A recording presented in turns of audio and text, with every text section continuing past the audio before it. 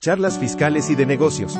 Bienvenido a un espacio de difusión del conocimiento contable, fiscal, empresarial y de negocios. Juan José Galván González y grandes profesionales te compartirán sus puntos de vista en relación a temas asociados a la maravillosa profesión de la contaduría pública. Muy buenos días, tardes, noches a la hora en la que estés escuchando este programa. Bienvenido. Hola, ¿cómo están? Buenos días, tardes ya. Bienvenidos, bienvenidas a esta transmisión en vivo de Facebook de lunes 21 de julio. Son las 12:41 de la tarde por acá por la ciudad de Zacatecas, donde te grabamos este podcast de charlas fiscales y de negocios. Y el día de hoy me encuentro muy contento por que tengo a un invitado que me dijo, ¿sabes qué? El viernes no puedo. Y el viernes lo hicimos lunes, con tal de que estuviera aquí el día de hoy con nosotros. Antes, ya para los que lo conocen, es un profesional muy reconocido acá en nuestra región noreste del IMCP, aquí en Zacatecas, ni se diga. Voy a platicarles un poquito antes de empezar a platicar con él. Voy a platicarles un poquito de su trayectoria, que vaya que es vasta, que es importante. Hoy tenemos el honor, el privilegio de escuchar, de platicar con el contador público certificado y doctor Fernando Robles Gutiérrez. Él tiene un doctorado en Administración Pública por el Instituto Internacional del Derecho y del Estado. Es también maestro en impuestos por la querida Unidad Académica de Contaduría y Administración de nuestra querida UAS.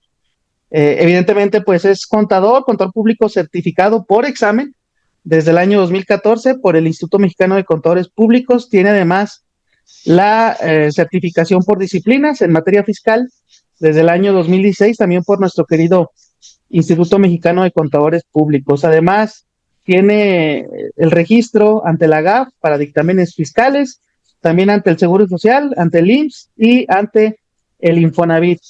Él ejerce la profesión contable de manera independiente desde el año 2007, siendo socio director de la firma RIP Consultores y Auditores SC.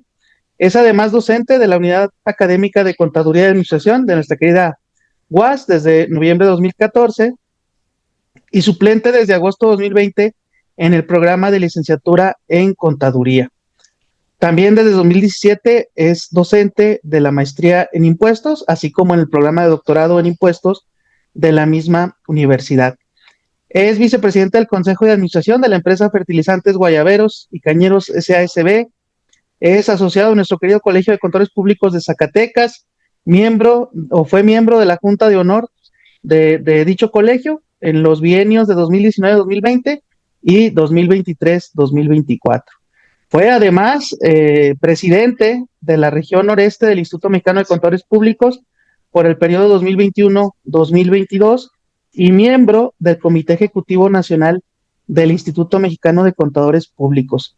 Evidentemente ha sido presidente o fue presidente del Colegio de Contadores Públicos de Zacatecas, secretario del Consejo Directivo, vicepresidente de Fiscal, también del Colegio de Contadores Públicos de Zacatecas, vicepresidente de Legislación, miembro activo de comisiones de estatutos locales del Colegio de Contadores Públicos de Zacatecas, miembro activo de la Cross Regional del IMCP hasta octubre de 2019 y miembro de la Comisión Orientadora de Elecciones Nacional del Instituto Mexicano de Contadores Públicos en las gestiones 2017, 2018 y 2022-2023. Es un placer contar con tu presencia. Fer, ¿cómo estás? Buenos días, bienvenido. Muy buenos días, Juan José. Muchas gracias por la invitación, muchas gracias por el acomodo de la agenda para poder tener la charla el día de hoy, lunes, moviéndonos de la fecha oficial el viernes. Agradecer a todo tu auditorio por escucharnos esta tarde ya en Zacatecas, muy nublado y muy rico el clima por acá. Gracias, Fer. Y mira, qué mejor que tenerte el día de hoy para platicar de un tema en el cual eres experto, en el cual has destacado bastante, no solo aquí en Zacatecas, sino en la región noreste y por ahí me platicabas algún día, eres miembro también de la Comisión Nacional de Impuestos Estatales, Ecológicos, ¿me habías comentado? Comisiones estatales, la CONCE, le pusieron el nombre, va por la sintaxis, Comisión Nacional de Impuestos Estatales. Ya tenemos un ratito por ahí en coordinación en Zacatecas con el contador Luis Alfonso Santos Reyes, que es el otro miembro de la comisión a nivel nacional del estado de Zacatecas. Que precisamente es un impuesto, hablando de lo que vamos a platicar el día de hoy, ese tema de los impuestos estatales se ha vuelto muy importante por el panorama fiscal, precisamente del que vamos a platicar. El día de hoy hemos decidido llamarle a este episodio, que por cierto, ahorita estamos en vivo a través de Facebook. Lo vamos a transmitir, o sea, va a estar disponible para los amigos de YouTube y Spotify hasta el día viernes, ¿verdad? Hoy hemos decidido esta plática denominarla Panorama Fiscal 2025, retos, cambios y consejos prácticos. Y para empezar a platicar de estos temas tan apasionantes como es el mundo de los impuestos, que además eres presidente actual de la Comisión Fiscal de nuestro querido Colegio de Contadores Públicos de Zacatecas, ¿cómo describirías, Fer, el panorama fiscal actual en México? Híjole, yo creo que todo el tiempo ha sido el mismo panorama fiscal. Quiero llegar a pensarlo de una manera muy sencilla, ¿no? Si bien es cierto, partimos de un pacto de certidumbre que nace en 2014 con la modificación hacendaria que tuvimos en aquellos ayeres y que concluye en 2024, hoy podemos decir que tenemos un panorama fiscal desde el punto de vista normativo estable en cuanto se refiere a impuestos empresariales, tasas corporativas, un poquito inestable en la parte de seguridad social, que ya estaríamos pisando otro terreno en el cual he estado metiendo mano los legisladores y que todavía siguen en estudio algunas situaciones, y un poco en el ámbito fiscalizador agresivo por parte de la autoridad, pero porque es parte de la modernidad que se fijó la ruta desde 2014 a la fecha, hoy en día, cómo llevamos ese episodio, ¿no? En ese impacto. Fíjate, mencionas 2014, sabemos que el ámbito político en nuestro país pues marca la pauta en las distintas cuestiones. En 2014 pues estábamos hablando sin decir partidos políticos ni mucho menos, estábamos hablando de una administración del Ejecutivo Federal totalmente distinta a la actual.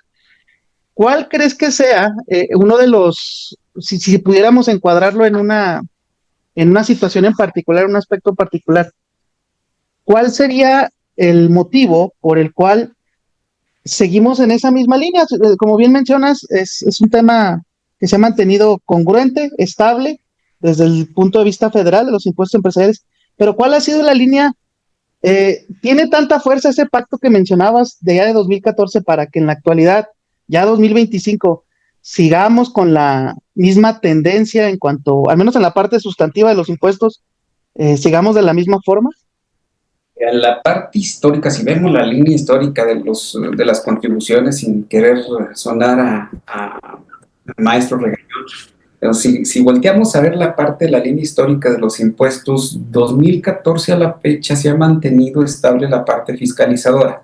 En la parte impositiva, que era las reglas van a quedar parejas durante 10 años para que llegue la inversión, no se ha cumplido del todo por otros factores económicos, no tanto por el ámbito fiscal. El ámbito fiscal ha permanecido, ha tenido 2 reformas trascendentales, pero que tendieron a la simplificación tributaria, hablando de reciclo personas morales, hablando de algunas otras que tomó la presidenta actual llegando al poder, dándole certidumbre, en este caso legal, a los contribuyentes para ciertas situaciones.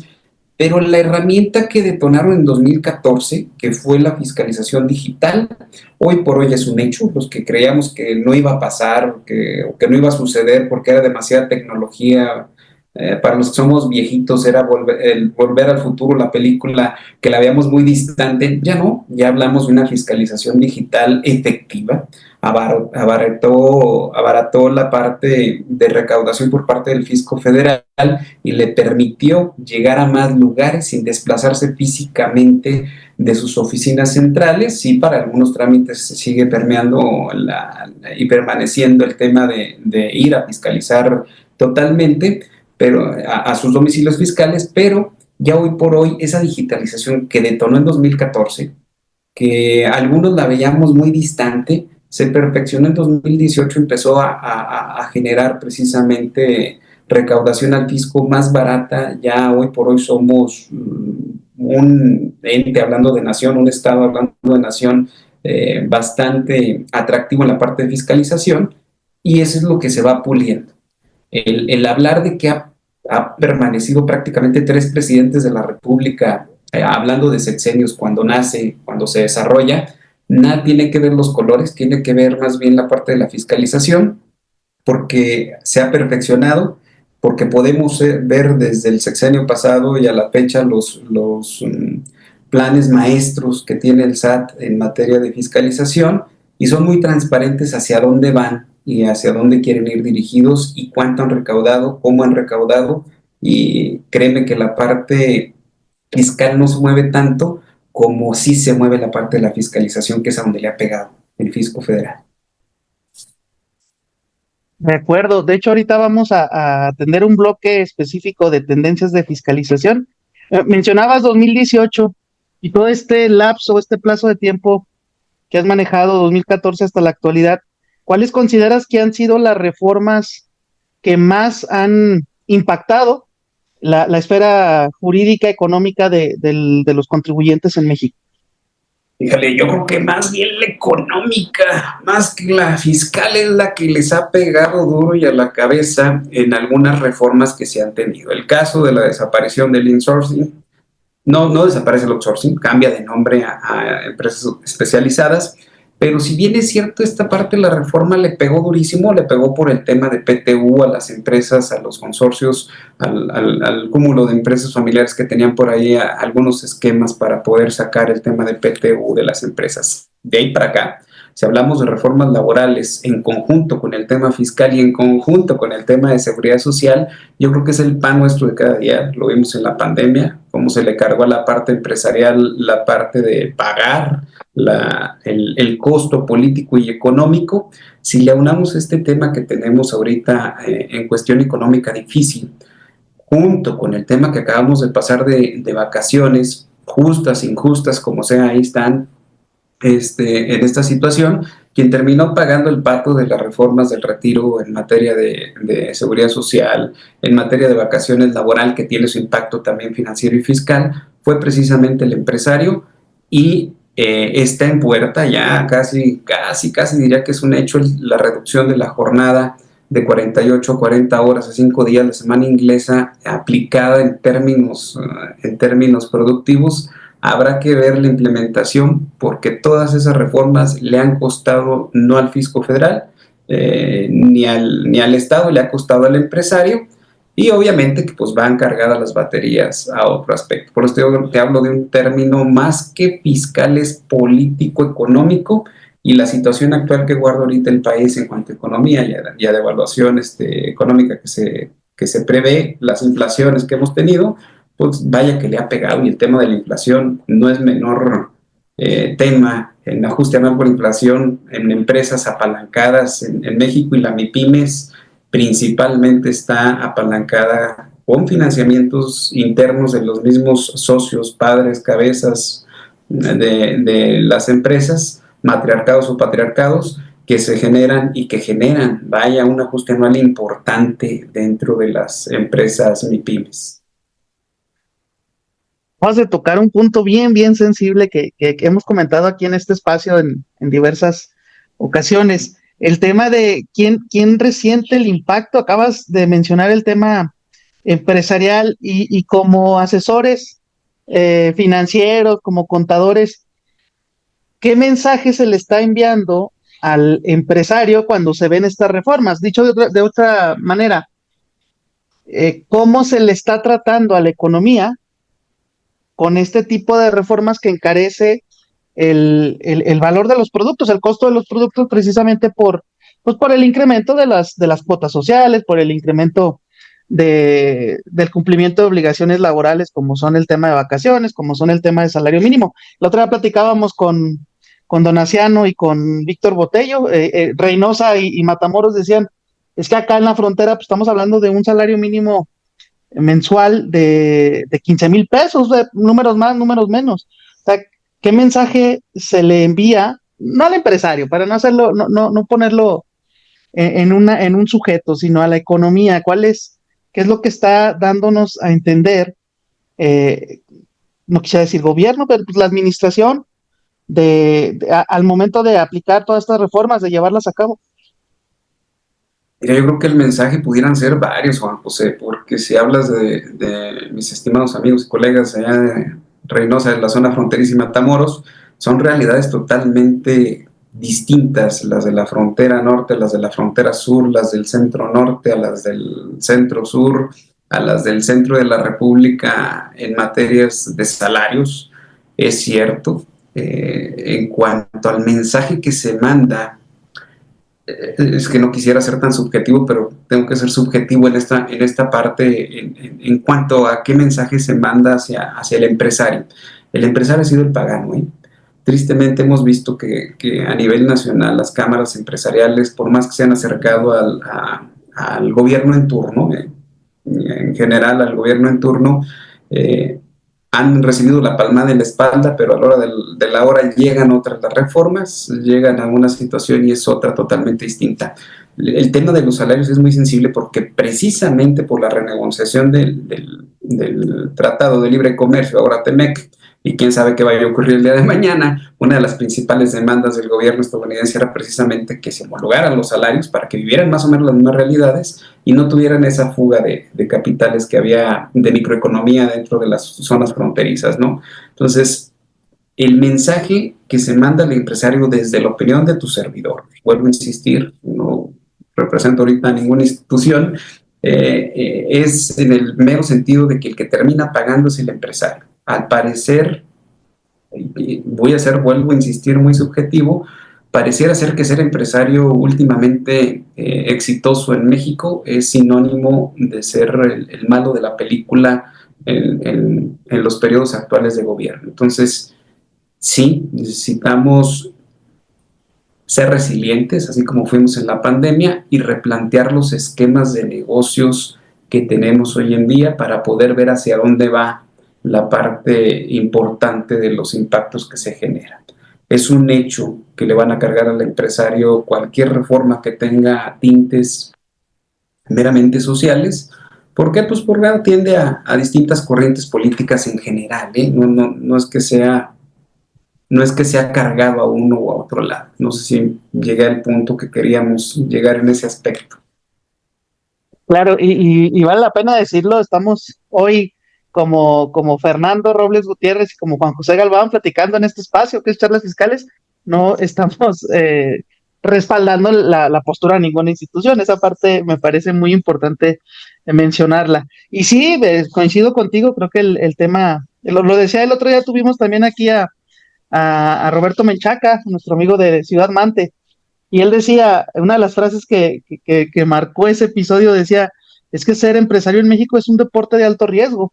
Y tiene mucho sentido con esto que estás comentando. Oye, eh, la idea es poner a trabajar el capital para efectos de generar riqueza, para efectos de generar mayor desempeño y desarrollo económico, pero vaya, pareciera que este mensaje o estas reformas, lejos de ayudar a ello, pues nos invitan a esto que estás comentando. Me gustó mucho esta última invitación que haces de replantear los esquemas, replantear las formas en que asesoramos como contadores y como el propio empresario empieza o utiliza sus recursos. Para terminar con esta primera parte, este primer acercamiento de la fiscalidad actual en México, ya empezamos o empiezas a abordar ciertas cuestiones, mencionaste el tema del outsourcing, mencionas, ahorita salió ya el tema de la frontera, mencionabas el tema de las MIPIMES también. ¿Qué sectores económicos están sintiendo más presión fiscal en este momento? Pues yo creo que sería como aquel chiste de, oye doctor, me toco aquí, me duele, me toco aquí, me duele, me toco aquí, me duele. Pues resulta que el que lo tenía roto era el dedo, no las partes que se tocaban, ¿no? Al final de cuentas yo pienso que la parte que adolece principalmente todo esto es prácticamente toda la economía, Juan José. El tema de la nómina hoy en día se ha encarecido, no quiero decir que esté mal, digo, justicia social y otras situaciones que se deben de presentar, pero es lo que no ha sabido replantearse el empresario. Me adelanto a la parte final de las conclusiones: cultura tributaria es lo que nos falta. En los esquemas de negocio hay que visualizarse todo al momento de pagarse. ¿Quién de los contadores al momento de terminar un pago provisional, que voltea a ver el pago del IVA, no dice es que es un chorro de IVA, cuando el contador ya sabe que ese IVA no es suyo? ¿A qué voy? A que hoy por hoy en México yo sí siento que está muy cargada la fiscalización a la parte formal. Mientras más formal seas, más te llega la parte de donde te duele más. Es decir, si tú me hablas de un reciclo, que es un esquema muy sencillo de contribuyentes personas físicas, y volteas a ver al de actividad empresarial, le va a doler más al de actividad empresarial que al reciclo mismo. ¿Por qué? Porque está dentro de los radares de la autoridad. Yo creo que este es un tema de sexenios y de presidencias. Economía informal siempre va a haber, pero no han atendido el problema principal en cuanto tiene que ver al RFC, que tiene que ser precisamente esos contribuyentes que están por ahí fuera y dejar de ver solamente a los cautivos. Entonces, hoy por hoy, yo creo que las baterías está sobre los esquemas. Entre más grande, más te van a ver. Ahí está el plan, maestro. ¿Sobre quién va? Sobre los grandes contribuyentes. Puedes ver las gráficas, los porcentajes de contribuyentes, pero invariablemente el que le van a pegar sí o sí va a ser el grande contribuyente, porque es el que tiene la manera, así como era el que tenía la manera de defenderse con medios de defensa, también es el que tiene la manera de desembolsar para un acuerdo preventivo, para llegar a ese tipo de situaciones. Entonces, invariablemente es al que le van a pegar. Ve tú los barridos de calle a dónde van, a las principales avenidas, y dejan de lado a los otros contribuyentes. Entonces, ¿a quién le duele? A quien está a la vista y a quien está en el medio. La nómina le pegó a todos los empresarios, sea de la empresa productiva, extractiva, prestación de servicios, a todos le pegó parejito la parte de la reforma. Entonces, si hablamos en a quién le ha pegado más, a todos, y a quién le ha pegado más en el tema de fiscalización, a los más grandotes y a los que están a la vista. Suena complejo, complicado de asimilar desde un punto de vista empresarial, pero es la realidad, la presión que existe actualmente. La conclusión que das, el comentario que das es, pues así como tal, frío, crudo, pero entre más estás a la vista, más es la presión que puedes llegar a sentir desde el punto de vista de la fiscalización. Y ahorita que mencionabas el tema bueno, dejaste entrever un tema de Poder Judicial, a ver si ahorita platicamos al final de estos temas. Igual, cuando abordemos esta parte que vamos a empezar ahorita, que es tendencias y fiscalización, ya también nos empezaste a acompañar, a guiar hacia estos temas de la fiscalización en México. ¿Cuáles son, ya concretamente hablando, cuáles son las principales tendencias que se están observando en materia de fiscalización en la actualidad? La digital, yo creo que por excelencia, vuelvo a insistir, la reforma nace en 2014, batalla mucho tiempo en poderse instalar. Buzón tributario, más allá de tocar ahorita otros puntitos que pudiéramos llegar a tener, pero buzón tributario le ha ahorrado mucho dinero al fisco federal en materia que es el principal herramienta que tiene para la notificación. Y ahora sí voy al siguiente tema, que tiene que ver con la revisión electrónica a los contribuyentes. El CFDI por excelencia, el CFDI. Hablábamos de contabilidad. Recordarás tú, Juan José, cuando se hablaba de cuenta electrónica fiscal.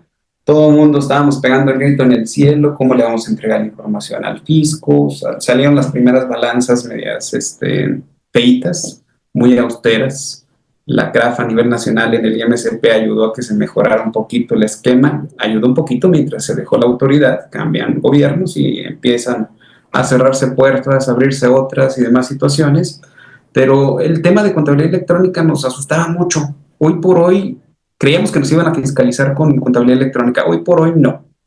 Hoy por hoy el repositorio, no quiero decir más feo, un instrumento de medicamento que utilizan con los niños chiquitos, que suena también igual al repositorio, que es el que se utiliza para que salga toda la información. Aquí igual, si hoy por hoy el empresario tiene alguna operación, y más que les encanta luego de repente facturar todo, y todo es a todo. Entonces, a través del repositorio es donde se entera la autoridad de qué, cómo y cuándo. Hoy la megadata en las auditorías, tanto financieras en los despachos o como en el Fisco Federal, pues ya me filtra la información, me da la herramienta y por excelencia es el CFDI. Si no, ve tú toda la evolución que ha tenido el CFDI hasta llegar a la versión actual que tenemos 5.0 en relación de cómo ha informado con nodos. Lo que a nosotros antes nos decía, bueno, ¿y eso qué? ¿Y esa homologación del catálogo con el comercio exterior? ¿Cómo para qué lo quiere la autoridad? Se vuelve cada día más trascendente los esquemas de fiscalización que tiene la autoridad fiscal a través del CFDI, a través de los estados de cuenta. Recuerdas que ya no hay cuentas no fiscales de 2014 para acá, todos tienen que tener su RFC, si no se cancelan, amonestan a las instituciones bancarias, ya todo llega a información del fisco. Lo único que tiene que hacer es empezar a armar los rompecabezas. Si ya antes de 2014 tenían auditorías bien armadas y articuladas con previa investigación, hoy con las herramientas electrónicas, con inteligencia artificial y con tanta plataforma que ha desarrollado la autoridad para poder estar fiscalizando, es el instrumento por excelencia. CFDI se ha vuelto el instrumento fiscalizador por parte de las autoridades. ¿Por qué? Porque le permite compulsar cuánto obtuviste, cuánto gastaste, y si me bota alguna diferencia, cómo es que sobrevives. Y de ahí me quisiera brincar más adelante un tema que es unidad de inteligencia financiera, lo que ha tenido que ver con este plan maestro que traen ya de algún tiempo, de unir, y esta última modificación que tuvo, a dónde va a parar, ¿no? Entonces sí, se vuelve interesante, Juanjo. Muy, muy interesante, Fer. Oye, y en esta parte que mencionas el CFDI como, como principal instrumento, que de hecho era parte de la siguiente pregunta que te iba a realizar. eh, ¿Qué conocimiento tiene el contribuyente? ¿Cómo consideras que está el conocimiento que tiene el contribuyente de la importancia del CFDI? ¿Tú consideras que, y quizá también nos estamos adelantando a la conclusión del tema de la cultura tributaria, pero consideras que el conocimiento que tiene un empresario, un ciudadano, de las implicaciones que tiene el solicitar o emitir un CFDI, es importante o estamos todavía por la calle de la amargura? Mira, hace mucho andaba un colega de la región noreste, miembro del Colegio de Mante, precisamente, el contador Leobardo Meraz, traía una conferencia que era lo que el SAT sabe de ti, que tú no sabes que sabe. Híjole, las implicaciones que tiene hoy en día la información que se generan a través de resoluciones misceláneas, FDIs, obligaciones de la Comisión Nacional Bancaria, de la UIF y de un montón de instituciones. La red era brutal, tenía una lámina muy bonita que hasta la metí en mi tesis doctoral, porque es toda una red de información con la que se hace llegar el SAT. ¿El contribuyente lo sabe o no lo sabe? Yo dudo que lo sepa el contribuyente, de toda la información que he ido perfeccionando en el día a día, y no es novedad. Anteriormente de esta reforma, si tú te ibas a registro público de la propiedad, te enterabas, bueno, si eras un buen auditor por parte de la autoridad fiscal, te enterabas qué propiedades tenía, qué vehículos tenía, si había construido, si no había construido, si haces una buena investigación, podías saber con la información que existía carentemente. Hoy en día, vía resolución miscelánea, si tú viajas en un avión, dentro de la información que se va qué asiento, con qué pagaste, qué tarjeta, cuánto llevabas en las petacas, cuántos kilos pagaste, porque te cobran ya por kilos, ya todo lo que llevas en el avión, ¿no? Ya no te puedes llevar tu caja de huevos San Juan, ahí ya hicimos comercial, perdón, en relación a toda la información que le llega. Si le sumamos hoy en día qué información le llega al SAT, es muchísima, muchísima, y por todos lados le llega la información a la administración fiscalizadora para saber por dónde sabe. Si el empresario sabe qué es lo que lleva, a lo mejor lo sabrá un pequeño. Yo digo que si de un 100%, un 5%, y me estoy yendo alto, sabe qué es lo que realmente está informando al SAT, sería mucho del empresario que sabe. Bajamos el nivel empresarial a pequeño contribuyente, a MIPYMES, yo creo que tampoco ha de saber lo que le está mandando al SAT con sus estados de cuenta, con cada tarjetazo, con las compras de las plataformas digitales, sea cual sea la plataforma. Súmale que les encanta pagar en efectivo las tarjetas de crédito o un montón de cuentas corrientes que les gusta pagar en efectivo, y toda esa información le va cayendo, va cayendo, va cayendo, va cayendo, y va a llegar el momento en que se acabe de recaudar con grandes contribuyentes y le siga con los de abajo. Se acaba con la mediana empresa y va a seguir con el pequeño contribuyente, porque al final de cuentas ese es el efecto cascada que sufre la fiscalización en el país. De acuerdo, una fiscalización en cascada, como bien estás refiriendo. Oye, fíjate que yo en lo particular, revisando oficios, resoluciones de la autoridad, cuando determinaba un crédito fiscal, eh, pongámonos 2014 para atrás, sí eran muchas cuestiones de forma, el que si estaba con cheque nominativo, el que si estaba, si pagado en efectivo, pero no superior a 2,000 pesos, que el RFC, o sea, todas estas cuestiones que luego revisamos en auditorías. A partir del año 2014, concretamente, como bien mencionabas, 2018 en adelante, y utilizando esta herramienta, este instrumento del CFDI como de herramienta de fiscalización, ¿tú consideras que la fiscalización es mejor ahorita que la anterior? ¿A qué voy? Desde un punto de vista romántico de lo que dice la ley del deber ser, porque me queda esta impresión, y ya me dirás tú qué opinión tienes. A mí me queda la impresión de que ya con tanta información que tiene el SAT, ya a veces se va por lo grande, por el CFDI que está ahí y que identifica, no sé, porque es un EFO o porque es un EDO, eh, empieza a valorar eso y deja de valorar y evaluar la parte, pues con la que nos enseñaron a nosotros en la licenciatura, los requisitos del 27, los no visibles del 28. ¿Crees que con este cambio es mejor la fiscalización actualmente que la de antes? Mira, voy a recordar una ponencia que contó un chiste, el contador Pablo Mendoza, eh, muy bueno. Y yo creo que con esto quiero contestar la pregunta, ¿no? Él decía que llegó al cielo un padrecito y atrás venía un chofer microbusero. Y le decía por ahí el padre, llegó Juan José Galván, era padrecito en ese chiste, ¿no? Llega Juan José Galván al cielo y le dice, bienvenidos, fui sacerdote, bienvenido, mi hermano, aquí te voy a poner las sandalias, tienes que traer sandalias y te voy a dar tus alas blancas para que puedas transitar por el cielo, ¿no? Se llega el padre muy contento porque después de tanto esfuerzo llegó al cielo. Llega atrás el microbusero, Fernando Robles el microbusero, y resulta que llega Fernando Robles el microbusero y le dice, ¿cuál es tu nombre? Fernando Robles. ¿A qué te dedicabas, microbusero? Y dice, don Fernando, pásele al cielo, le vamos a dar unas alas de oro y le vamos a cambiar las sandalias por botas. Y se queda el padre, oiga, si yo consagré mi vida a estar predicando, ¿por qué él tiene de oro y yo tengo alas blancas y guaraches? Dice, mire, ha cambiado la administración en el cielo desde 2014 y lo que medimos son resultados.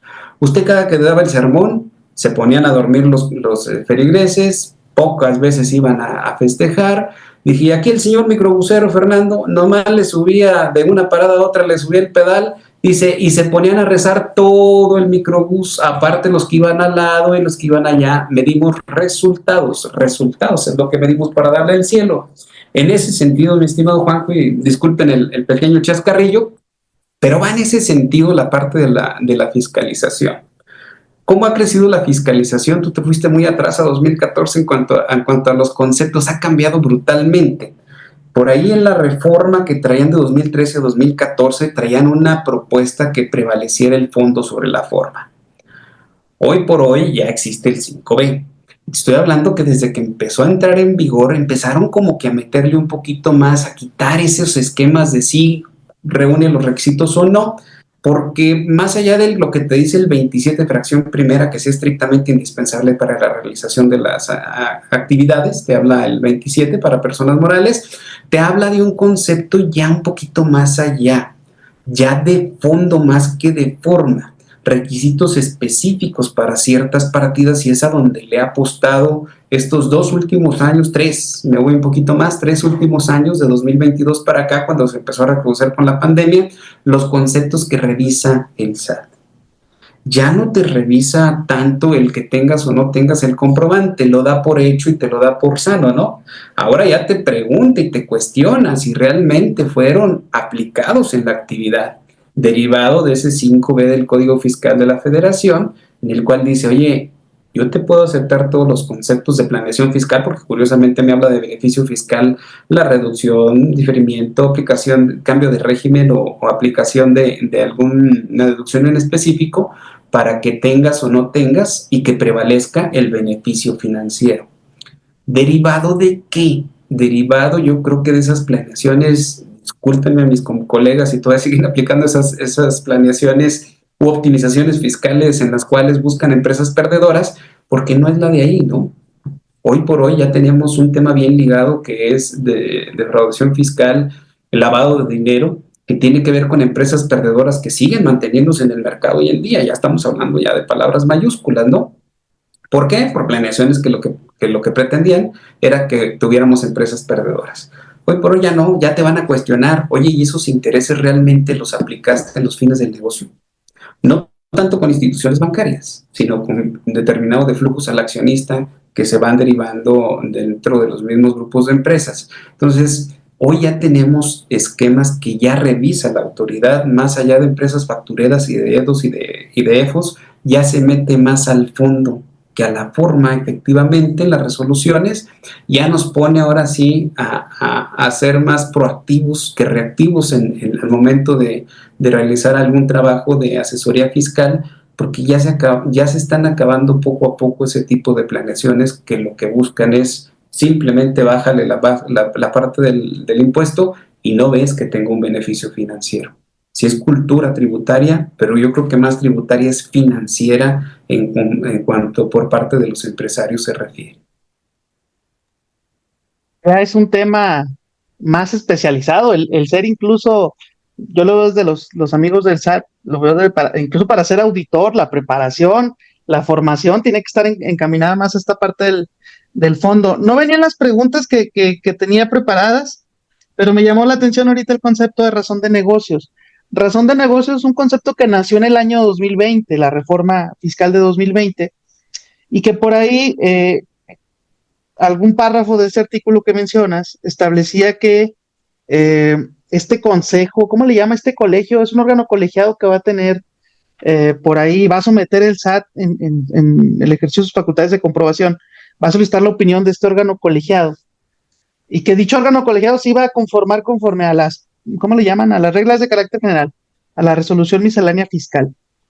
Por ahí de 2022, por fin publicaron, 2021, no recuerdo bien, pero no fue luego, ya dijeron, actualmente en miscelánea fiscal tenemos quién integra este órgano colegiado que va a decidir si el asunto que le está poniendo a consideración el SAT carece de razón de negocios o si tiene razón de negocios. Si en 2 meses no le contesta, entonces entiende que sí tiene, pues que no tiene razón el SAT, para acabar pronto.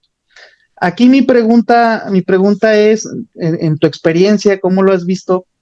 ¿Ya están implementándose estas como tal, este procedimiento que es un procedimiento sui generis enfocado al artículo 42, que son las facultades de comprobación, pero ya lo has visto aplicado o seguimos en esta parte de que siento que es más un dicho que se ha venido manejando del fondo sobre la forma?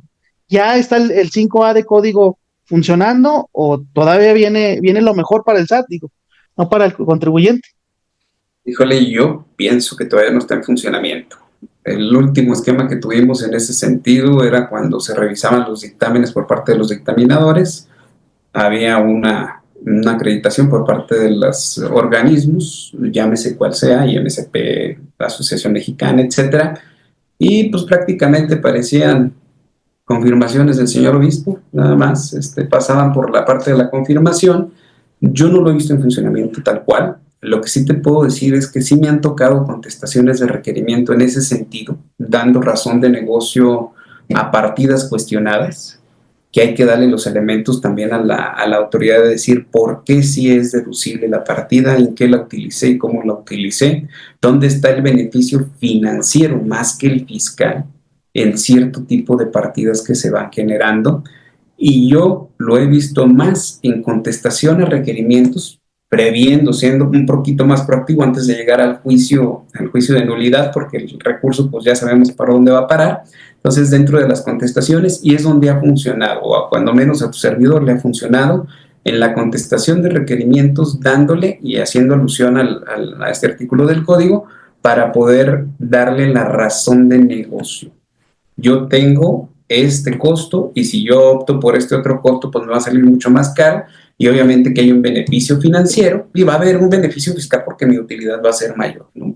Entonces, a mí es donde me ha pegado más. El consejo todavía no me ha tocado verlo conformado, ni verlo trabajar, ni tener conocimiento que a nivel local se utilice. A lo mejor se generó o se gestó a nivel federal el consejo al cual hace referencia de resolución miscelánea. Voy a aprovechar tu faceta de docente para darle la vuelta, o no darle la vuelta, vamos a enfocarlo a esa área, el área estudiantil, el área de los programas de licenciatura. ¿Cómo ves los programas actualmente a nivel universidad, nivel licenciatura? ¿Cómo ves el programa en cuanto a si está adaptado a estas nuevas circunstancias, nos guste o no, aunque las normas de información financiera ya nos mencionan varias cuestiones en relación a la sustancia económica, como postulado básico, que luego tiene implementaciones en la materia fiscal, pero ¿consideras que los programas actuales están alineados o están formando contadores que privilegien el fondo sobre la forma? Fíjate, se escucha bien extraño porque desde la formación, pues somos contadores y se entiende que registramos el fondo sobre la forma. Creo que eso está muy claro, pues, pero híjole, es que se ha manejado tanto la cuestión, pues, de las estrategias fiscales agresivas que le llaman. ¿Tú crees que el contador que está saliendo actualmente está siendo formado bajo esta cuestión que estás comentando, el fondo sobre la forma? Mira, yo soy un convencido que las licenciaturas en contaduría a nivel país, cuando menos en la región noreste, que es la que me ha tocado, región noreste en relación al IMCP, porque creo que Zacatecas pertenecen a ANFECA, la zona centro-norte, algo así me parece, ¿eh? San Luis, Aguascalientes y demás. Creo que me ha tocado ver programas de Chihuahua, de Monterrey, de otras instituciones. Obviamente que todos son susceptibles de la libertad de cátedra a medida que se los permita las propias universidades. ¿Por qué te lo digo así, tal cual tajante? Porque dependerá de qué tanto esté inmiscuido el docente frente a grupo con este tipo de situaciones el que los llegue a tocar o no. Y lo hablo en forma general. Yo pienso que las universidades egresan al mundo social, al mundo laboral, con cierto grado de conocimiento, digamos, profesionista, es decir, hacia dónde tienes que buscar.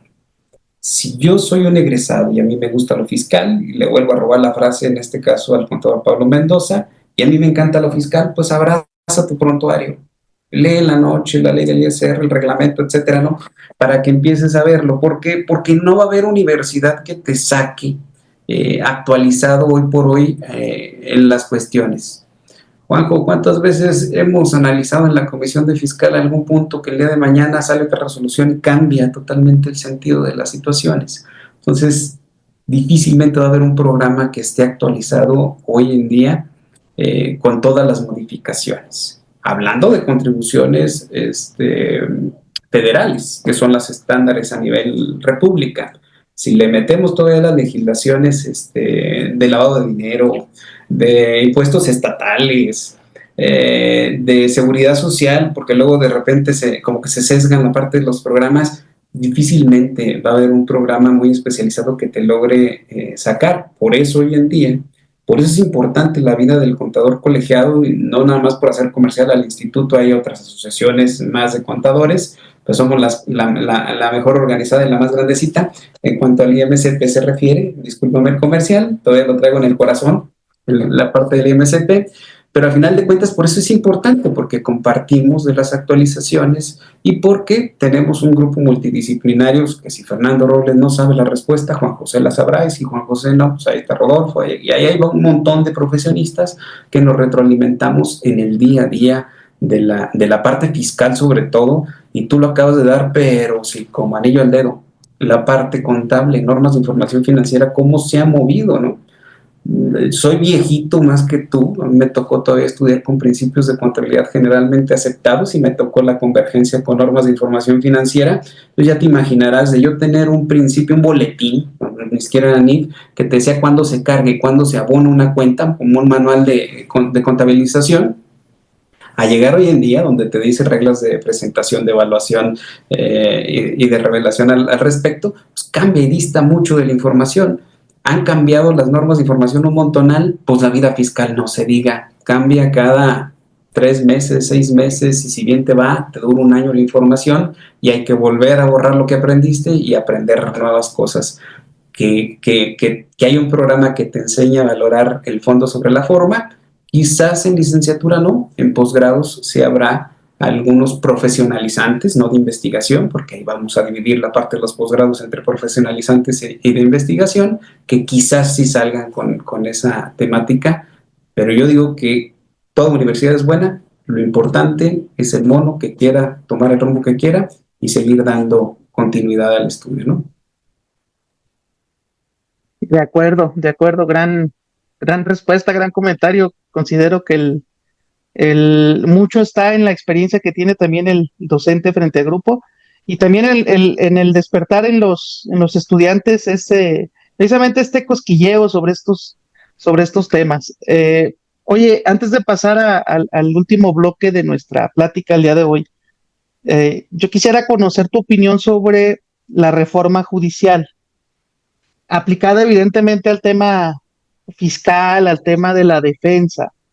Y más, no sé si habrás escuchado los comentarios que hizo el presidente electo de la Suprema Corte, donde dice, pues es que vamos a aplicar la ley y prácticamente, palabras más, palabras menos, pues que pague el contribuyente, cuando obviamente esté así, o sea así el supuesto. ¿Cómo ves tú el panorama fiscal con este tinte adicional que muchos dicen se secuestró al Poder Judicial? Otros dicen, es un ejercicio democrático, no nos vamos a meter en esas cuestiones. ¿Cómo se ve la parte fiscal, la parte de la defensa de los derechos de los contribuyentes ante un poder que tiene estos señalamientos? Bueno, voy a retomar una frase. Ahora va a ser la charla y la entrevista de las frases del expresidente Calderón. Haya sido como haya sido, la situación de cómo se dio la configuración del nuevo Poder Judicial, la realidad es que desde antes, Juanjo, ya se tenía también la deliberación que tendrá la razón el contribuyente, pero porque prevalece precisamente los intereses de la nación, y en este caso presupuestario, pues le daban la razón al gobierno, ¿no? Ya se dieron dos sentencias, si mal no recuerdo, en este sentido, mucho antes, ¿eh? Estoy hablando del haya sido como haya sido, ¿no? Entonces, ¿qué me espero el día de mañana? Vuelvo a insistir, difícilmente ganaremos, depende también de la independencia que tenga y de la objetividad que tenga cada uno de los juzgadores que estén en turno. Si me voy al tribunal colegiado, circuito, si migra a la Suprema Corte, pues es porque ya es un asunto totalmente grande para que lo traiga a la Suprema Corte en este sentido, pero lo que yo me debo de esperar como empresario, más que como contador todavía, es ser más proactivo, tratar de evitar llegar a la parte de los conflictos. Como contador, tratar de resolver mejor los requerimientos, ya sea porque me requiere la autoridad de facultades de comprobación, porque estoy en un trámite de devolución y voy a aclarar alguna partida, tratar de contestar con el hígado y ser más proactivo dando más elementos a por qué sí es deducible la partida o por qué sí cumple los requisitos. Lo digo con toda responsabilidad porque no me dejarán mentir mis colegas de que ya que nos ponemos una camisa, es peor que hablar un americanista contra un chivista, ¿no? En cierto momento. ¿Por qué? Pues porque cada uno va a tener sus versiones de la verdad. Cada uno va a tener su versión de la interpretación. De ahí que es mejor tratar de resolverlo antes de llegar a tribunales. Si ya no lo pude resolver ahí, no es comercial, pero al final de cuentas ahí está la instancia, ahí está la PRODECON, y puedo tratar de negociar antes de llegar al juicio a través de las medidas de apremio que tenga PRODECON en este sentido y poder llegar a un acuerdo antes de llegar a los tribunales. ¿Por qué? Vuelvo a insistir, se va a recrudecer más la parte de la impartición de la justicia en este sentido. Si ya lo venían aplicando con antelación, ¿quién no me acredita que con los tribunales los mal llamados tribunales de la 4T, que no son tribunales de la 4T, es una reforma judicial como existió en 1990, vayan a resolver en ese sentido? Pues con mayor ahínco vamos a tener ese tipo de sentencias. Entonces, sí tratar de cuidar antes de llegar, ante la incertidumbre, tratar de ser proactivos en ese aspecto. Como empresarios, como contadores y pues como abogados. O sea, también tienen un campo bastante interesante al prevenir los juicios en la contestación de auditorías, requerimientos y demás. Y totalmente de acuerdo. Y yo creo que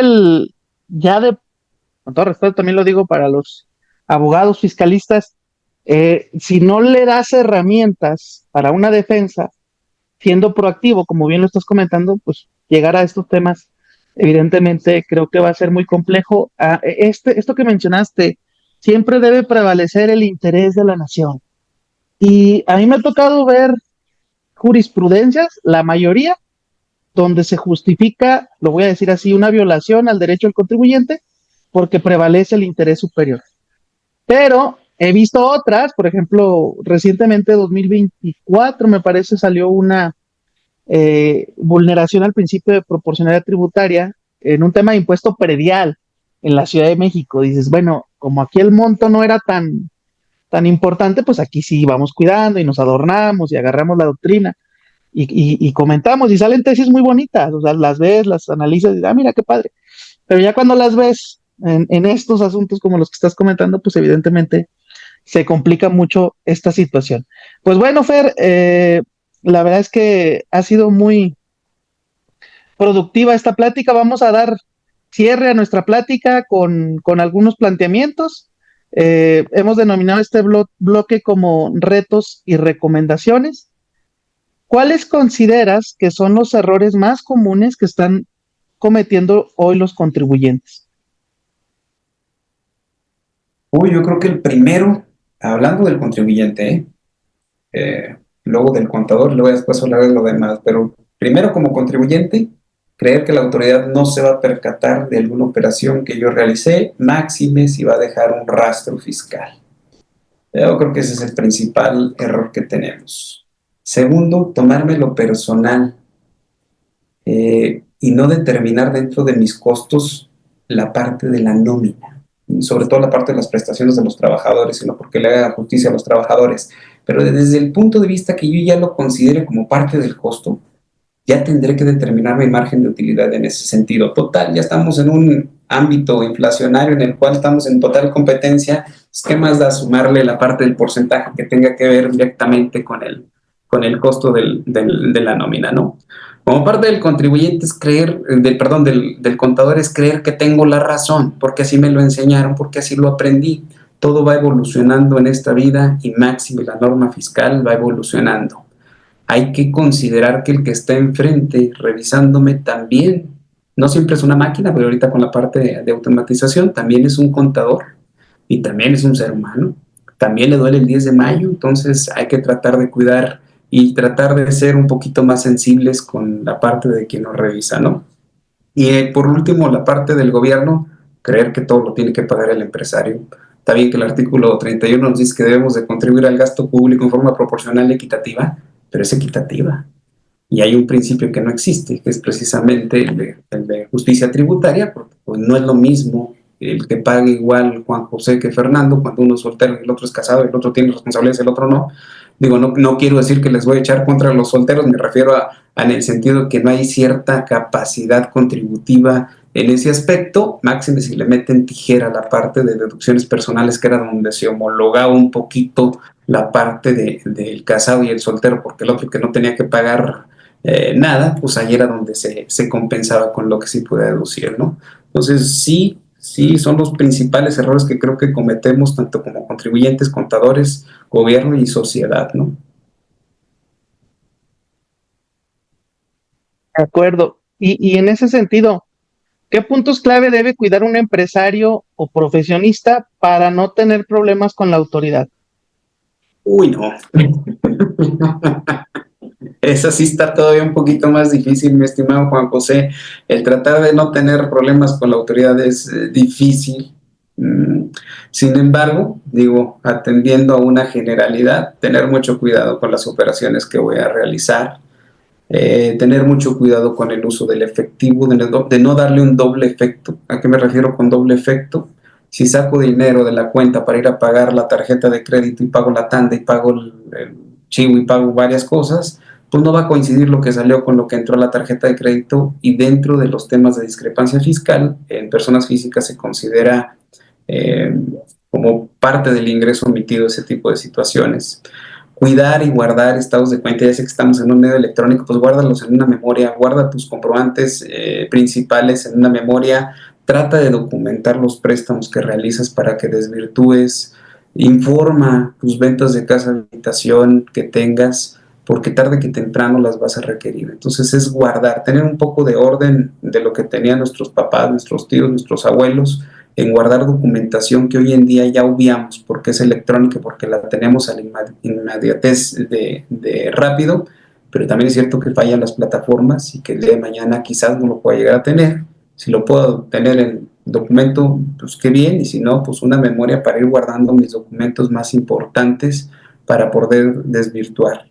La segunda y la más importante, si tengo operaciones raras, ya sé que hoy en día presenta la declaración a 2, 3 clics, pero también a 2, 3 clics te mandan al traste la devolución y tienes que ir con un profesionista.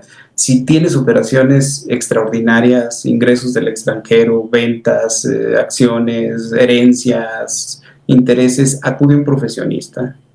No somos todólogos todos. Es más, dentro de la profesión fiscal ya hay súper especialización, parte relacionada, seguridad social, contribuciones locales, etcétera. Hay un montón de especialización.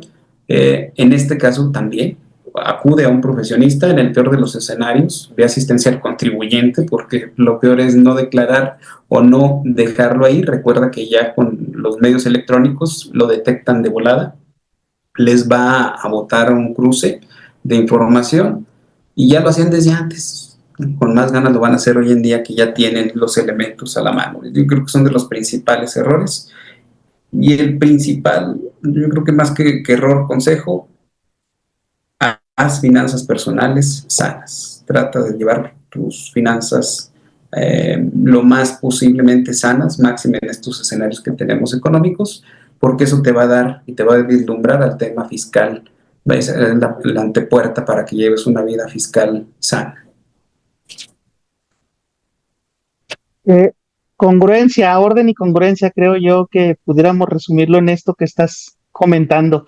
Muy, muy interesante. Pues ahí está este clip o esta partecita donde estas dos últimas preguntas me parece que lo podemos hacer, convertir en un clip y traerlo presente para las situaciones en general.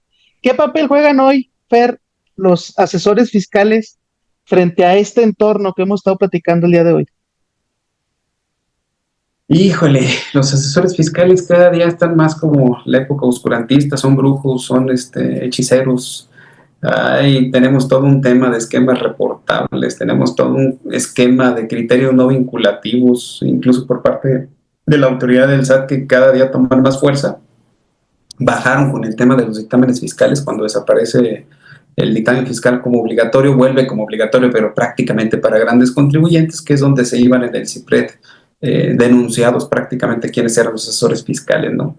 Hoy en día yo pienso que el fiscalista se ha transformado más en un optimizador de recursos fiscales dentro de las empresas, o tendríamos que evolucionar en ese esquema a un tema que les encanta hoy en día compartir, que es el tema de compliance fiscal, laboral y demás tipos de compliance legal en forma genérica.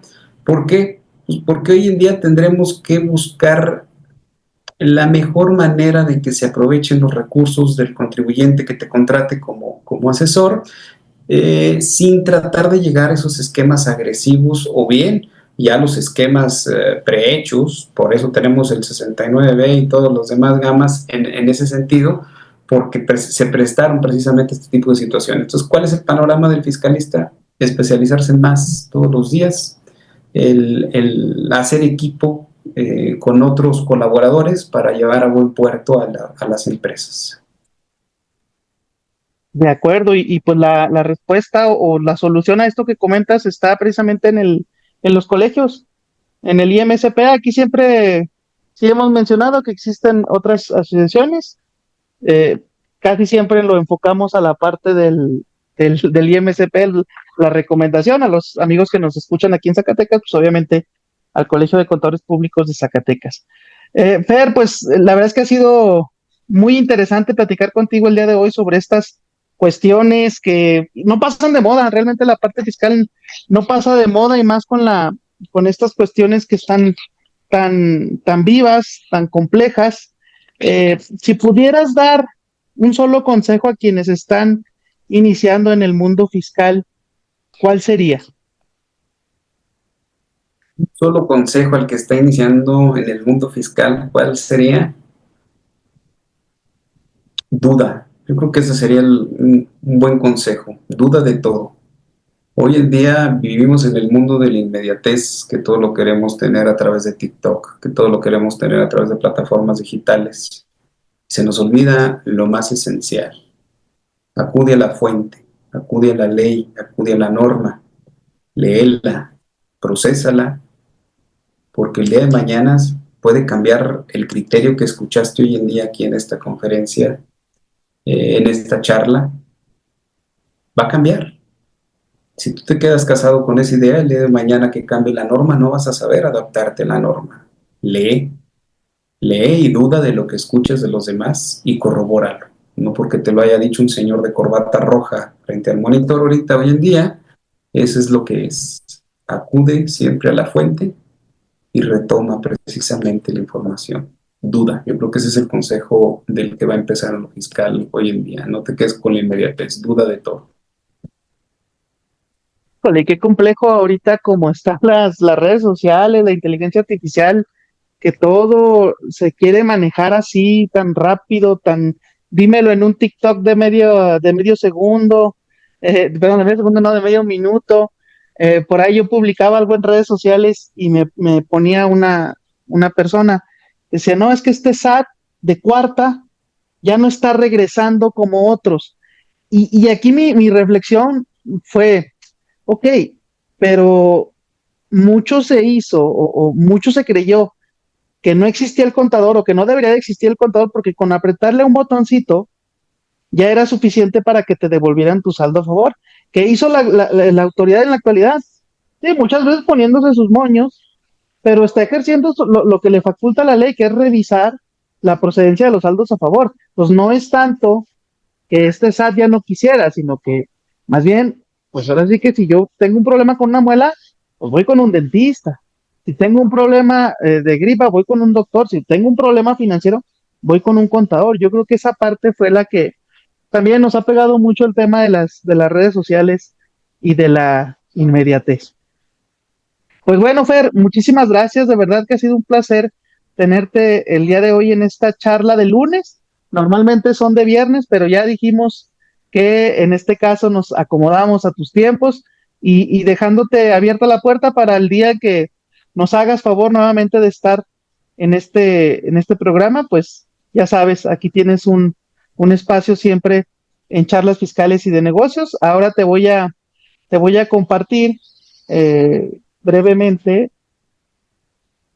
un pequeño reconocimiento. Nada más déjame, ya lo ubiqué, aquí está. sobre tu participación del día de hoy. Ahí va.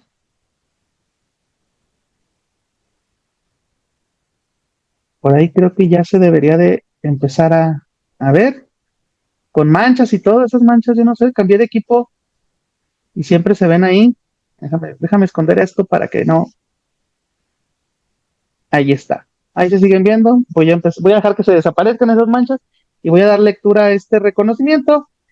Charlas Fiscales y de Negocios otorga el presente reconocimiento al contador público certificado y doctor Fernando Robles Gutiérrez por su destacada participación en el podcast Charlas Fiscales y de Negocios con el tema Panorama Fiscal 2025, retos, cambios y consejos prácticos.